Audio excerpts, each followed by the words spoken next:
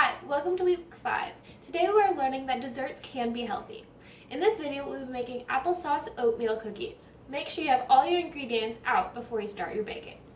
There are many healthy dessert options. Some healthy desserts include desserts that are mostly made with fruit, such as fruit crisp. Fruit crisp has lightly sweetened fruit, frequently apples, berries, or cherries with a crumbly topping over the top.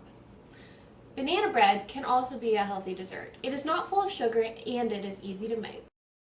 Factors to consider when choosing a healthy dessert are the amount of sugar, the type of grains, and if additional healthy ingredients like fruit can be added. It's healthiest to use a small amount of sugar and to include whole grains like whole wheat or oatmeal. Of course, it is okay to have the occasional special treat. I especially like brownies and creme brulee. Those aren't healthy choices, but I do eat them as a special treat occasionally. Now on to the recipe. When baking, you always want to preheat the oven. That means to turn it on first and not put anything in it until it reaches the set temperature. For these cookies, I'll turn the oven to 350 degrees. While the oven is heating, I will begin my cookies. You can use a mixer or you can mix by hand. Today I'll be using a mixer because it is faster.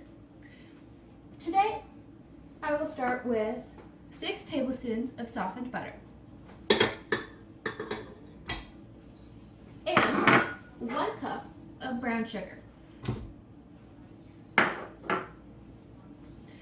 I will beat this until it is smooth and creamy. The best way to soften butter is to put it on the counter before you start your baking and let it warm to room temperature. Next, let's mix in 1 egg, 2 tablespoons of applesauce,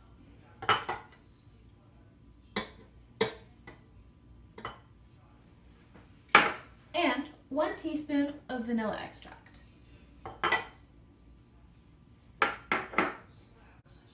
In a separate bowl, I am combining 1½ cups of oatmeal, 3/4 of a cup of whole wheat flour, ½ teaspoon of baking soda, and ½ teaspoon of cinnamon.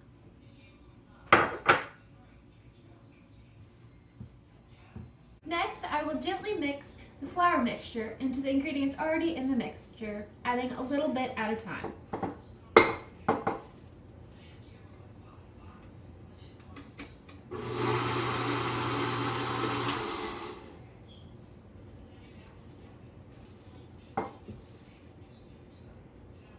Finally, I'll drop rounded tablespoons of dough onto the non-stick cookie sheet with my cookie scoop.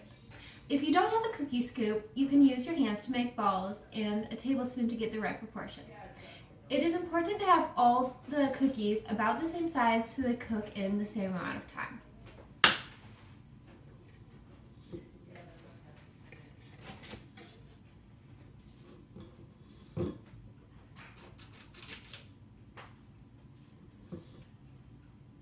Now that I've finished putting the dough on the cookie sheets, I can put the cookies in the oven for about 8 to 10 minutes or until golden brown. When the cookies are baked, using hot pads, get the cookies out of the oven and let cool for 1 minute. After the minute is up, use a thin spatula to transfer the cookies to a wire rack to cook completely.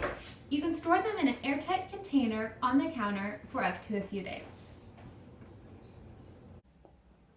Thank you for watching my cooking videos. This is my final video in the Enhancing Nutrition Through Expanding Kids' Taste series.